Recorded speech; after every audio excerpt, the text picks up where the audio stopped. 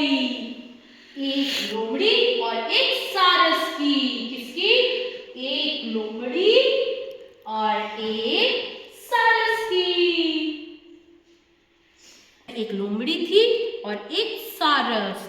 लोमड़ी और सारस बहुत अच्छे दोस्त थे। क्या थे? बहुत अच्छे दोस्त।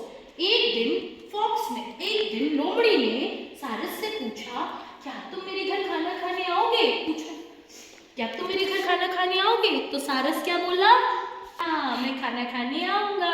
फॉक्स अपने घर गया और उसने बनाया शोरबा। अब जब फॉक्स ने उसको टेस्ट करा, ये तो बड़ा टेस्टी है। तो फॉक्स ने सोचा कि ऐसा करता हूँ, मैं सारस को शोरबा नहीं पिलाऊंगा, मैं ऐसा करता हूँ, प्लेट में डाल देता हूँ सारा शोरबा। जो उसने सारस के लिए बॉटल रखी थी, उसका सारा शोरबा इसमें डाल दिया। अब सारस आया घर। सारस घर आया और उसने कहा, आओ बैठो। हाँ, लोमड़ी ने कहा बैठो और सारस बैठ गया। अब उसने कहा कि शोरबा पियो। अब दोनों जने शोरबा पीने लगे। अब तुम शोरबा पियो, पी गई। अब बेचारा सारस नहीं पी पा रहा था। सारस शोरबा नहीं पी पा रहा था क्योंकि उसकी पीठ इतनी बड़ी थी, वो पी नहीं पा रहा था। और जो लोमड़ी थी उसने फटाफट सारा पी लिया। सारा फिनिश कर दिया। बेचारा सारस सैड हो गया और धीरे धीरे अपने घर चला गया। सारस बहुत सैड हो गया। अब सारस ने कहा, आइडिया, आइडिया बोलो, आइडिया, मैं ऐसा करता हूँ, मैं भी लोमड़ी को अपने घर बुलाता हूँ। फिर वो गया लोमड़ी के पास, तुम मेरे घर खाना खाने आओगे? तो लोमड़ी ने बोला, हाँ आऊंगा। अब सारस गया और अपने घर में शोरबा बनाने लगा।